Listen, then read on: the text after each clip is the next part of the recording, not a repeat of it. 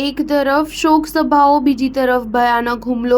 લેબનોનમાં ઇઝરાયેલે 100 એરક્રાફ્ટથી કરી air strike. ઇઝરાયેલમાં એક તરફ 7 ઓક્ટોબરના હુમલાની વરસી પર શોક સભાઓ ચાલી રહી હતી તો બીજી તરફ તેની સાથે યુદ્ધ લડી રહી હતી. સોમવારે ઇઝરાયેલે હિઝબુલ્લા દ્વારા કરવામાં આવેલા 130 રોકેટ હુમલાનો જવાબ તેના 100 ફાઇટર પ્લેન સાથે લેબનોનમાં લગભગ 120 સ્થળોને નિશાન બનાવીને આપ્યો હતો.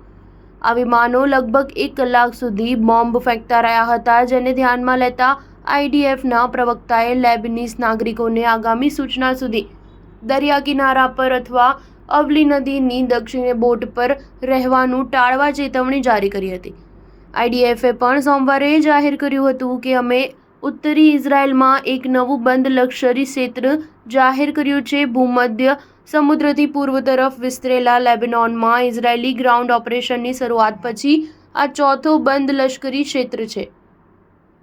હવાઈ હુમલાઓ વિશે માહિતી આપતા આઈડીએફે એક નિવેદનમાં જણાવ્યું હતું કે અમારા વિમાનોએ હિઝબુલ્લાના વિવિધ યુનિટ્સને ટાર્ગેટ કરી હુમલા કર્યા હતા, જેમાં દક્ષિણી મોરચાના રિજનલ યુનિટ્સ, રાદવાન ફોર્સિસ, મિસાઇલ અને રોકેટ ફોર્સ તેમજ ઇન્ટેલિજન્સ યુનિટનો સમાવેશ થાય છે. આઈડીએફ અનુસાર આ હુમલાઓ પાછળનો હેતુ હિઝબુલ્લાની કમાન્ડ અને કંટ્રોલ અને ફાયરિંગ ક્ષમતાઓને નષ્ટ કરવાનો છે. તેમજ ઇઝરાયેલે આ હુમલા હિઝબુલ્લાની કમાન્ડ અને કંટ્રોલ અને ફાયરિંગ ક્ષમતાઓને નષ્ટ કરવા માટે કર્યા હોવાની આઈડીએફ જાણકારી આપી હતી.